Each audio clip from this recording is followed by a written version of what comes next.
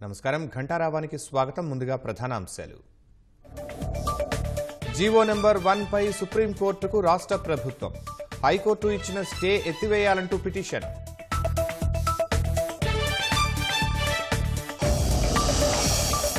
Rayadurgam police స్టేషన్లో వ్యక్తి అనుమానాస్పద మృతి, ఆత్మహత్యన్న పోలీసులు, చంపేశారన్న కుటుంబ సభ్యులు.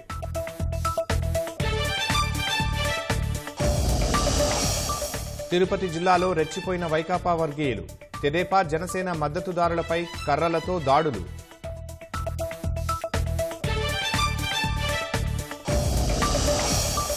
అధిష్టానం ఆదేశిస్తే పవన్ కళ్యాణ్పై పోటీకి సిద్ధమన్న అలీ. వచ్చే ఎన్నికల్లో వైకాపా 175 చోట్ల గెలుస్తుందని విశ్వాసం. భాజపా అధ్యక్షుడిగా 2024 జూన్ వరకు నడ్డా పొడిగింపు. 2019 కంటే ఎక్కువ మెజార్టీ సాధిస్తామన్న అమిత్ షా. కశ్మీర్ సమస్యపై మోదీతో చర్చలకు సిద్ధమన్న పాక్ ప్రధాని. భారత్తో జరిగిన యుద్ధాలతో గుణపాఠం నేర్చామని వ్యాఖ్య.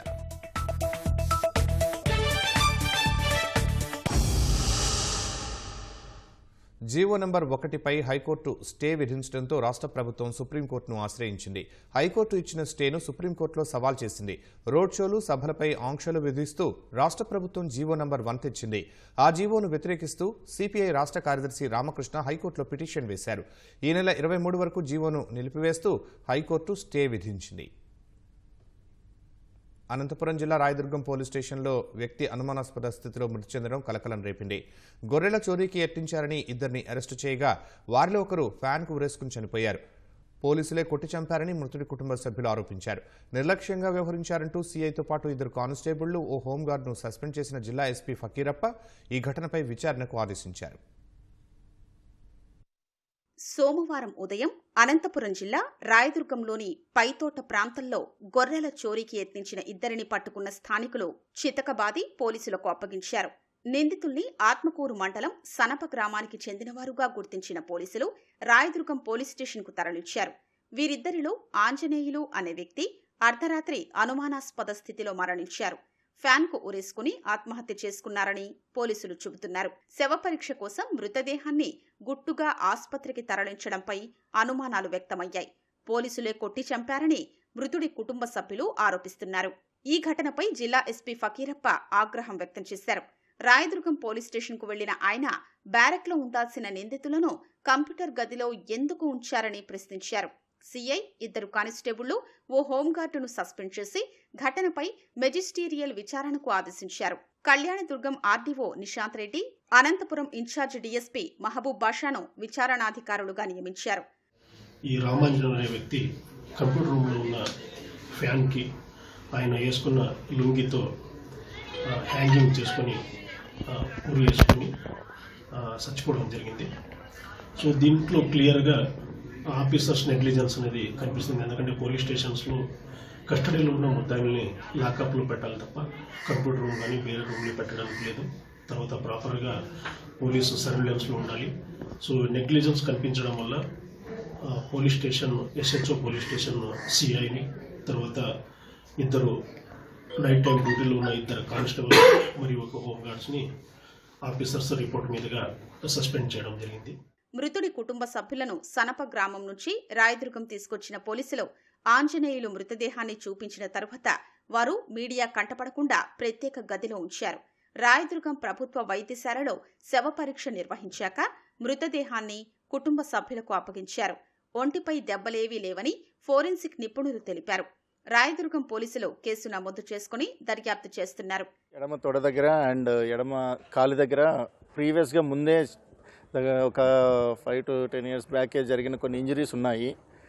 So other than that injuries వేరే ఏమీ లేదు. మోచేతి దగ్గర 2 నుంచి 3 రోజుల కిందట ఎప్పుడో ఏదో చిన్న గోకుడు గాయం ఉండింది. ఇప్పుడైతే మెడ మీద లైగేచర్ మార్కు తప్ప, అంటే హ్యాంగింగ్ వల్ల తప్ప వేరే ఏం లేదు. హ్యాంగింగ్ వల్లే అన్నట్టే అనిపిస్తుంది. అదర్ దాన్ దట్ వేరే ఏమీ ఆయన మీద ఏదో బలవంతంగా ఏమైనా చేయడం కానీ ఆయన కొట్టినట్టు కానీ ఏం ఆనవాళ్ళు అయితే ఏమీ లేవు. తర్వాత పోస్ట్ మార్టం రిపోర్ట్ని బేస్ చేసుకొని ఫోరెన్సిక్ రిపోర్ట్ని బేస్ చేసుకొని మళ్ళీ దాని తర్వాత మనకి కలెక్టర్ గారికి ప్రిలిమినరీ రిపోర్ట్ పంపించిన తర్వాత మనకి ఈ మినిస్ట్రియల్ ఎంక్వైరీ కూడా అపాయింట్మెంట్ చేసిన తర్వాత 1 వీక్ 10 డేస్ లోపల మళ్ళీ ఫర్దర్ ఎంక్వైరీ గురించి కండక్ట్ చేసిన తర్వాత ఒక డీటెయిల్డ్ రిపోర్ట్ అనేది మనం కలెక్టర్ గారికి సబ్మిట్ చేయడం జరుగుతుంది. వారం 10 రోజుల్లో విచారణ పూర్తి చేసి కలెక్టర్కు నివేదిక అందిస్తామని విచారణాధికారులు తెలిపారు. రోడ్ ట్యాక్స్ పెంపు నుంచి రవాణా వాహనాలను మినహాయించాలని ఏపీ లారీ యజమానుల సంఘం ముఖ్యమంత్రి జగన్ను కోరింది. లారీ యజమానులు ఎదుర్కొంటున్న సమస్యలు, పన్ను పెంపును మినహాయించాల్సిన అవసరాన్ని తెలియజేస్తూ లారీ యజమానులు సీఎంకు లేఖ రాశారు. కోవిడ్ తర్వాత రాష్ట్రంలో రవాణా రంగం సంక్షోభంలో ఉందని లారీ యజమానుల సంఘం రాష్ట్ర కార్యదర్శి ఈశ్వర్రావు లేఖలో తెలిపారు. దేశంలో అన్ని రాష్ట్రాల కంటే ఏపీలోనే డీజిల్ ధర ఎక్కువగా ఉందన్నారు. ఏ రాష్ట్రంలో లేని రోడ్ సెస్ను ఆంధ్రప్రదేశ్లో వసూలు చేస్తున్నారని, జరిమానాలను 1000 నుంచి 20,000 వరకు పెంచుతూ ఆదేశాలు ఇచ్చారని సీఎం దృష్టికి తెచ్చారు. కోవిడ్ సంక్షోభం దృష్ట్యా ఇతర రాష్ట్రాల్లో లారీలకు అక్కడి ప్రభుత్వాలు పన్ను చెల్లించకుండా మినహాయింపులు ఇచ్చినా ఇక్కడ ఏమీ ఇవ్వలేదని వివరించారు. ప్రస్తుతం ఉన్న పన్నులపై 25 నుంచి 30% పెంచిన పన్ను చెల్లించే పరిస్థితి లారీ యజమానులకు లేదన్నారు. నష్టాల దృష్ట్యా ఇప్పటికే 1000 లారీలను ఫైనాన్షియర్లు సీజ్ చేసి పట్టుకుపోయారన్నారు. పన్నులు పెంచితే ఆంధ్రాలో లారీలను సరిహద్దు రాష్ట్రాలకు అడ్రస్ మార్చుకోవాల్సిన దుస్థితి వస్తుందని లేఖలో వెల్లడించారు. ప్రస్తుత పరిస్థితుల దృష్ట్యా పన్నుల పెంపు నిర్ణయాన్ని వెనక్కి తీసుకోవాలని ముఖ్యమంత్రిని కోరారు. భారతీయ జనతా పార్టీ అధ్యక్షుడు జేపీ నడ్డా పదవీకాలం జూన్ 2024 వరకు పొడిగిస్తూ పార్టీ జాతీయ కార్యవర్గం సమావేశంలో నిర్ణయం తీసుకున్నారు.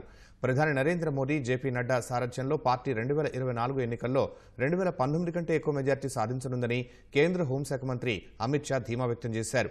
జేపీ నడ్డా పదవీకాలం పొడిగించాలని రక్షణ మంత్రి రాజ్నాథ్ సింగ్ చేసిన ప్రతిపాదనను జాతీయ కార్యవర్గం ఏకగ్రీవంగా ఆమోదం తెలిపినట్లు అమిత్ షా చెప్పారు. कई बार भूतकाल में भी अलग अलग मौकों के कारण राष्ट्रीय अध्यक्ष के कार्यकाल को एक्सटेंशन दिया गया। इसी परंपरा का अनुसरण करते हुए श्री जगत प्रकाश नड्डा जी को राष्ट्रीय कार्यकारिणी ने आज सर्वानुमत प्रस्ताव किया है और सभी भारतीय जनता पार्टी के सदस्यों ने सर्वानुमत से स्वीकार किया है कि जगत प्रकाश नड्डा जी को जून 2024 तक भारतीय जनता पार्टी के अध्यक्ष के रूप में इनके कार्यकाल को बढ़ोतरी की जाए. ఇప్పుడు ప్రకటనలు. అధిష్టానం ఆదేశిస్తే వచ్చే ఎన్నికల్లో పవన్ కళ్యాణ్ పై పోటీ చేస్తానని ప్రభుత్వ మీడియా సలహాదారు అలీ స్పష్టం చేశారు. చిత్తూరు జిల్లా నగరిలో రోజా చారిటబుల్ ట్రస్ట్ ఆధ్వర్యంలో నిర్వహించిన ముగ్గుల పోటీలకు ముఖ్య అతిథిగా హాజరయ్యారు. సినిమా వేరు, రాజకీయం వేరు, ఫ్రెండ్షిప్ వేరు. ఒక ఇంట్లో ఉన్నవాళ్ళు ఒక పార్టీకి అందరూ ఓటేయాలని మనకి తెలియకుండా వేరే పార్టీకి ఓటేసి నువ్వు చెప్పిన పార్టీకి ఓటేసామంటారు. సో ఎక్కడిగా ఎక్కడికి పోటీ చేయమన్నా నేను సిద్ధంగా ఉన్నాను. పోటీ చేయడానికి సిద్ధంగా ఉన్నాను. నేనా అదే అంటున్నాను కదా, మా ముఖ్యమంత్రి గారు ఇక్కడి నుంచి పోటీ చేయాలి అంటే నేను చేయడానికి సిద్ధంగా ఉన్నాను.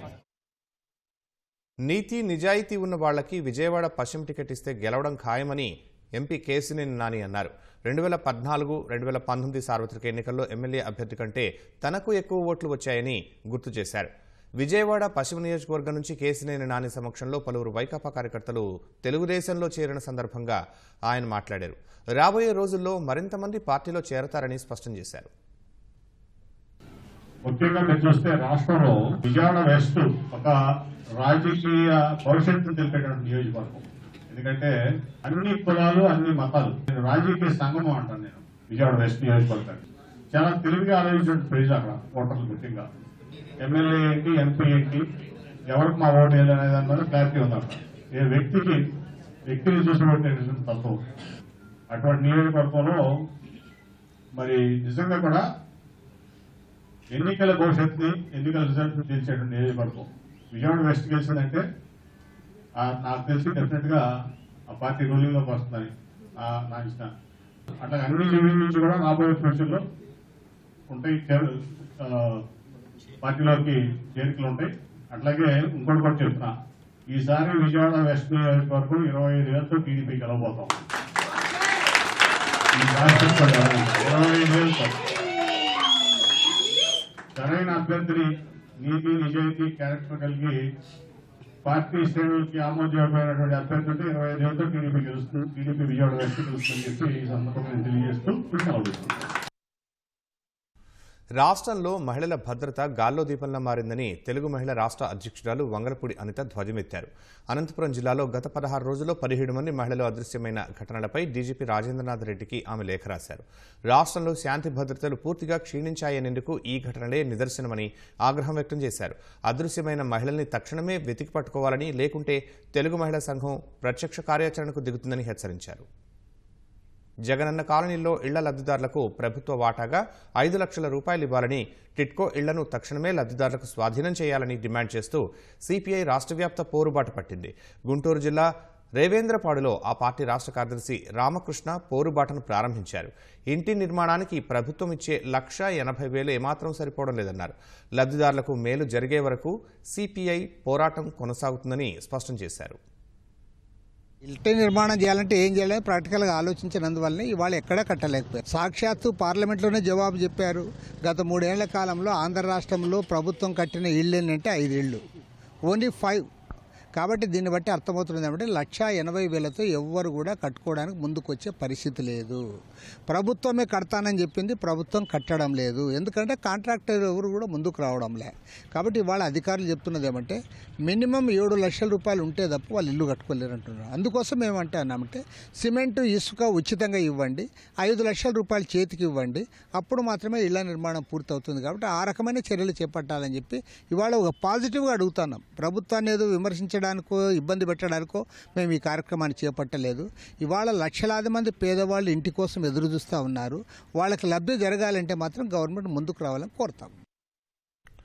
అనంతపురం గ్రామీణం చిన్నంపల్లి పంచాయతీలోని సంతోష్ నగర్లో అంగన్వాడీ భవనానికి కేటాయించిన స్థలాన్ని అధికార పార్టీ నాయకులు కబ్జా చేయటం కలకలం రేపుతోంది. గత ప్రభుత్వ హయాంలో అంగన్వాడీ భవనానికి కేటాయించిన స్థలాన్ని స్థానిక వైకాపా నాయకులు చదును చేయించి బండలు పాతి తమ అధీనంలోకి తీసుకున్నారు. ప్రశ్నించిన వారిపై బెదిరింపులకు దిగుతున్నారు. చిన్నంపల్లి పంచాయతీకి సంతోష్ నగర్ దూరం కావడంతో అక్కడ అంగన్వాడీ భవనం ఉండాలని నిర్ణయించారు. తెలుగుదేశం ప్రభుత్వ హయాంలో 4.33 సెంట్ల స్థలాన్ని ఐసీడీఎస్ అధికారులకు అప్పగించారు. 2020 అక్టోబర్ 18న రెండోసారి పంచాయతీ తీర్మానం చేశారు. అక్కడ సెంటు స్థలం సుమారు 3 లక్షల నుంచి 4 లక్షలు పలుకుతోంది.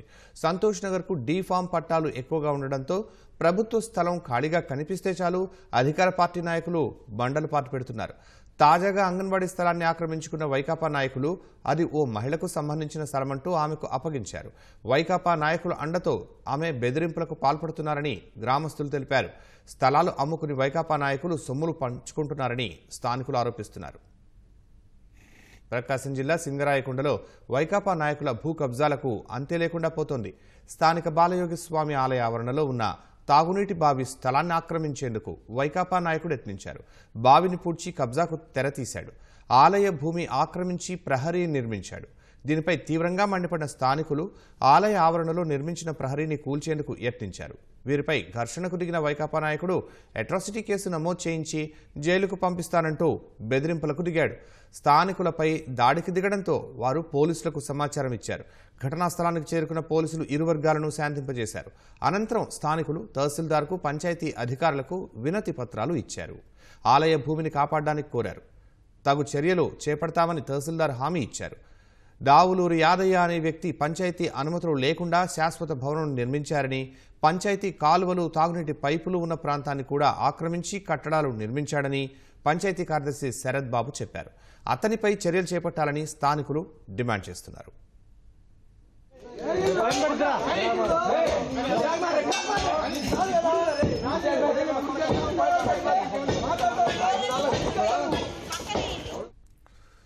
కృష్ణా జిల్లా పెడన జనసేన కార్యకర్తలు ఘర్షణకు దిగారు. 2 వర్గాలుగా విడిపోయి కత్తులతో దాడులు చేసుకున్నారు.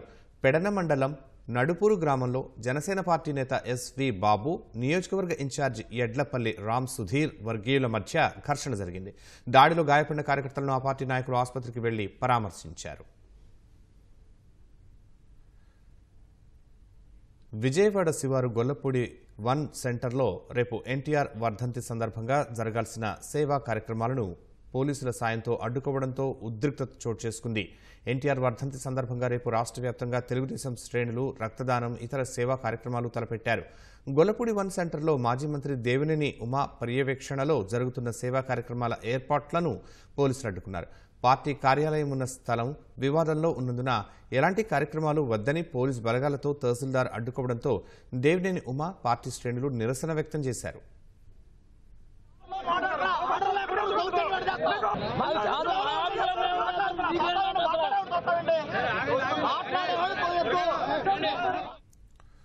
కాకినాడ జిల్లా తునిలో గోవులను వధించి కొవ్వుతో నూనె తయారు చేస్తున్న ముఠాను పోలీసులు గుర్తించారు. యానిమల్ రెస్క్యూ ఆర్గనైజేషన్ ఇచ్చిన సమాచారంతో రామకృష్ణ కాలనీ జ్యోతినగర్ వద్ద ఓ ఇంటిపై పోలీసులు దాడులు నిర్వహించారు. అక్కడ వధించిన గోవు 14 గోచర్మాలు డబ్బాల్లో నింపి ఉన్న కొవ్వును గుర్తించారు. బతికి ఉన్న 4 ఆవులను స్వాధీనం చేసుకున్నారు. వీటిని జంతు సంరక్షణ కేంద్రానికి తరలించారు. గోవులను వధించి వాటి చర్మాన్ని వేరు చేసి విక్రయిస్తున్నట్లు భావిస్తున్నారు. గోవుల కొవ్వును మరగబెట్టి డాల్డాగా తయారు చేసి డబ్బాల్లో నింపి ఉంచడాన్ని గుర్తించారు. మాంసం ముక్కలు కూడా లభ్యమయ్యాయి. ఇద్దరిని అదుపులోకి తీసుకున్న పోలీసులు దర్యాప్తు చేపట్టారు. రాజమహేంద్రవరంలో వందే భారత్ రైలెక్కి సెల్ ఫోన్లో ఫోటో తీసుకున్న వ్యక్తికి ఊహించని అనుభవం ఎదురైంది. ఫోటోలు తీస్తూ ఉండగా రైలు తలుపులు ఒక్కసారిగా మూసుకున్నాయి. ఈ ఘటనతో ఫోటోలు తీస్తున్నందుకు రైలు ఎక్కిన వ్యక్తి అయోమయానికి గురయ్యాడు. విజయవాడ వరకు రైలు ఆగదని ఫోటోలు తీసుకునేందుకు రైలు లోపలకు ఎలా ఎక్కుతారని రైలు సిబ్బంది ప్రశ్నించారు. ఈ దృశ్యాలు సామాజిక మాధ్యమాల్లో వైరల్ అయ్యాయి.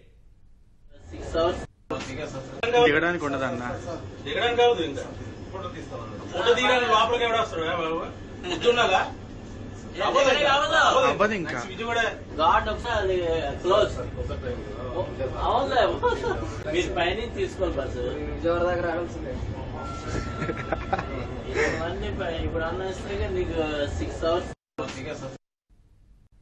పంజాబ్లో కొనసాగుతున్న భారత్ జోడో యాత్రలో రాహుల్ను ఓ యువకుడు ఆలింగనం చేసుకునేందుకు ప్రయత్నించడం కలకలం రేగింది.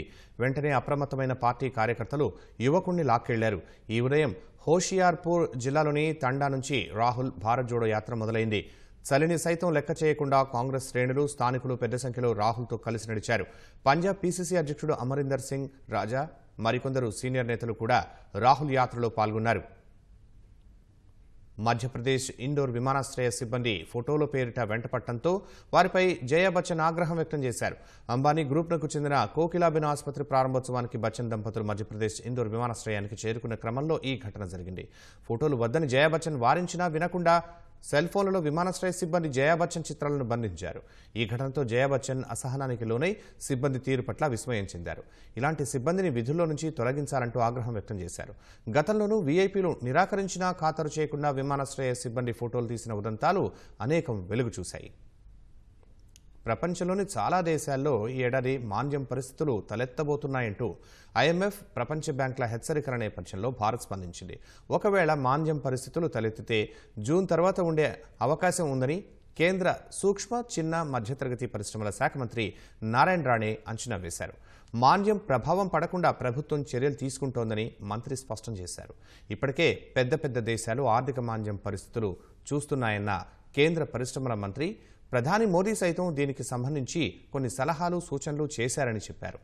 మాంద్యం ప్రభావం పడకుండా లేదా మందగమన పరిస్థితులు తలెత్తకుండా భారత ప్రభుత్వం, మోదీ కృషి చేస్తున్నారని రాణే వ్యాఖ్యానించారు. మరోవైపు పరిశ్రమల మంత్రి వ్యాఖ్యలపై కాంగ్రెస్ పార్టీ స్పందించింది.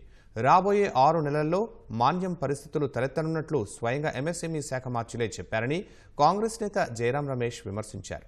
ప్రధాని మోదీ, ఆర్థిక మంత్రి నిర్మలా సీతారామన్ ఇంకా ఏం దాస్తున్నారని ప్రశ్నించారు. 2014 నుంచి సూక్ష్మ, చిన్న, మధ్య తరహా పరిశ్రమల రంగం విధ్వంసానికి గురైందని దుయ్యబట్టారు. వరుస విమాన సంబంధ ఘటనలు చర్చనీయాంశమవుతున్న వేళ మరో వ్యవహారం బయటకు వచ్చింది. విమానంలో అత్యవసర ద్వారం తెరిచి ఓ ప్రయాణికుడు కలకలం సృష్టించిన ఘటన ఆలస్యంగా వెలుగులోకి వచ్చింది. గత ఏడాది డిసెంబర్ 10న చెన్నై, తిరుచిరాపల్లి ఇండిగో విమానం టేకాఫ్కు సిద్ధమైన సమయంలో ఓ ప్రయాణికుడు ఎమర్జెన్సీ డోర్ తెరిచాడు. దీంతో విమానంలోని ప్రయాణికులు తీవ్ర భయాందోళనకు గురయ్యారు. అప్రమత్తమైన సిబ్బంది పరిస్థితిని చక్కదిద్దారు. విమానం లోపల పీడనం సరిచూసుకుని ఇతర తనిఖీల అనంతరం విమానం బయలుదేరింది. ఈ వ్యవహారంపై డీజీసీఏ విచారణకు ఆదేశించింది.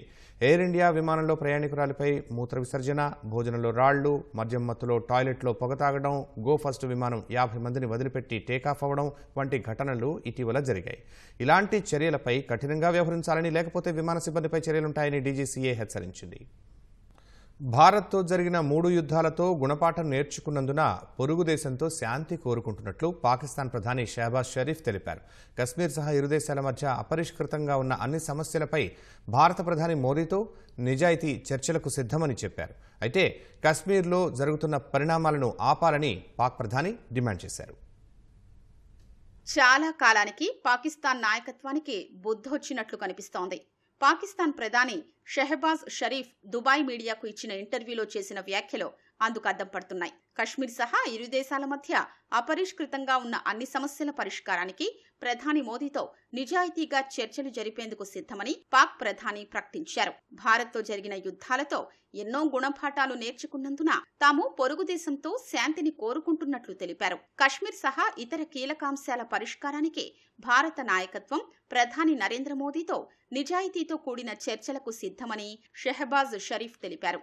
శాంతియుతంగా జీవిస్తూ అభివృద్ధి చెందడమా లేక పరస్పరం పోట్లాడుకుంటూ ఉండడమా అన్నదే ఇరు దేశాలు తేల్చుకోవాల్సిన అంశమన్నారు. భారత్తో 3 యుద్ధాలు చేయటం వల్ల పాకిస్తాన్ ప్రజలకు బాధ, పేదరికం, నిరుద్యోగం మిగిలిందంటూ షెహబాజ్ షరీఫ్ వాస్తవ పరిస్థితుల్ని ఒప్పుకున్నారు. అందువల్ల భారత్తో శాంతియుతంగా జీవించాలని కోరుకుంటున్నట్లు చెప్పారు. అప్పుడే నిజమైన సమస్యల్ని పరిష్కరించుకోగలమని షెహబాజ్ షరీఫ్ అభిప్రాయపడ్డారు. భారత్ తమకు పొరుగు దేశమన్న షెహబాజ్ షరీఫ్ ఎప్పటికీ అలాగే ఉండక తప్పదన్నారు. అందువల్ల శాంతియుతంగా జీవిస్తూ అభివృద్ధి చెందడమా లేదా పరస్పరం కలహించుకుంటే వనరులతో పాటు సమయం కూడా వృధా అవుతుందన్నారు. అందువల్ల భారత్తో పాక్ శాంతిని కోరుకుంటుందన్న షెహబాజ్ షరీఫ్ ఏదైతే కశ్మీర్లో జరుగుతోందో అది ఆగాలంటూ చివరిలో మళ్లీ వంకర బుద్ధిని చాటుకున్నారు. పాక్ తన వనరుల్ని బాంబులు, ఆయుధాల కోసం వృధా చెయ్యాలని భావించడం లేదన్నారు. కొంతకాలంగా ఆర్థిక సంక్షోభంతో కొట్టుమిట్టాడుతున్న పాకిస్తాన్లో ఆహార, ఇంధన కొరతలు తీవ్ర రూపం దాల్చాయి. ప్రస్తుత పరిస్థితుల్ని గట్టెక్కేందుకు ప్రపంచ దేశాలు, ఆర్థిక సంస్థల ముందు పాకిస్తాన్ చేయి చాచాల్సిన పరిస్థితులు నెలకొన్నాయి. అణ్వస్త్ర దేశమైన పాకిస్తాన్ ఆర్థిక సాయం అడ్డుకోవాల్సి వస్తోందని ఇటీవల షెహబాజ్ షరీఫ్ పేర్కొన్నారు. ఇటీవలి కాలంలో పాకిస్తాన్లో తెహరీకే తాలిబాన్ ఉగ్రదాడులు పెరగడంపై ప్రస్తుత పాలకులపై అక్కడి ప్రజలు తీవ్ర అసంతృప్తితో ఉన్నట్లు ప్రచారం జరుగుతోంది.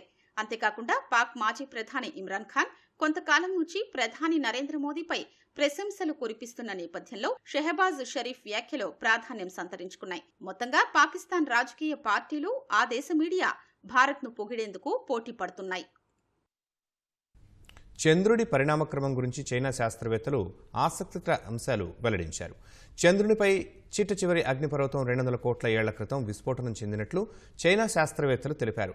చంద్రునిపై ఉన్న అగ్నిపర్వత శిథిలాల నుంచి సేకరించిన నమూనాలను విస్తృతంగా పరిశోధనలు జరిపిన అనంతరం ఈ మేరకు అంచనాకు వచ్చారు. ఈ చాంగే 5 పరిశోధన ద్వారా జాబిల్లి పుట్టుక, పరిణామక్రమం, మ్యాగ్మాటిక్ కార్యకలాపాల అధ్యయనాల్లో ముందడుగు పడినట్లు చైనా అంతరిక్ష పరిశోధన సంస్థ వెల్లడించింది. ఈ ఫలితాలతో 2024లో చేపట్టబోయే చాంగే 6 ప్రాజెక్టునకు మార్గం సుగమమైనట్లు తెలిపింది. చాంగే 6 ప్రాజెక్టులో జాబిల్లి దక్షిణ ధ్రువపు ఐట్కెన్ బేసిన్ నుంచి సేకరించే నమూనాలను పరిశోధించనున్నట్లు ప్రాజెక్టు ముఖ్య శాస్త్రవేత్త తెలిపారు. 2000 కిలోమీటర్ల విస్తీర్ణం గల అతిపెద్ద బేసిన్లో గ్రహ శకలాల ప్రభావం ఎక్కువ ఉంటుందన్నారు. అక్కడ అధ్యయనం చేస్తే చంద్రమండలం పుట్టుక, ఆవిర్భావం, పరిణామ క్రమానికి సంబంధించిన ఎన్నో విషయాలు తెలుసుకునే అవకాశం ఉంటుందన్నారు. సినీ నటుడు జూనియర్ ఎన్టీఆర్ భారత క్రికెటర్లను కలిశారు. సూర్యకుమార్ యాదవ్, శుభ్మన్ గిల్, ఇషాన్ కిషన్, యజువేంద్ర చాహల్, శార్దుల్ ఠాకూర్ ఎన్టీఆర్ కలిసిన వారిలో ఉన్నారు. గతంలో ఖరీదైన కార్ల కలెక్షన్స్తో ఆకట్టుకున్న హైదరాబాద్ వాసి నజీర్ ఖాన్కు భారత జట్టులో కొందరు ఆటగాళ్లు స్నేహితులుగా ఉన్నారు. నజీర్ ఖాన్ జట్టు సభ్యులను ఇంటికి ఆహ్వానించారు. ఈ సందర్భంగా నజీర్ మిత్రుడు జూనియర్ ఎన్టీఆర్ కూడా వచ్చాడు. అనంతరం జట్టు సభ్యులతో ఎన్టీఆర్ కాసేపు ముచ్చటించారు.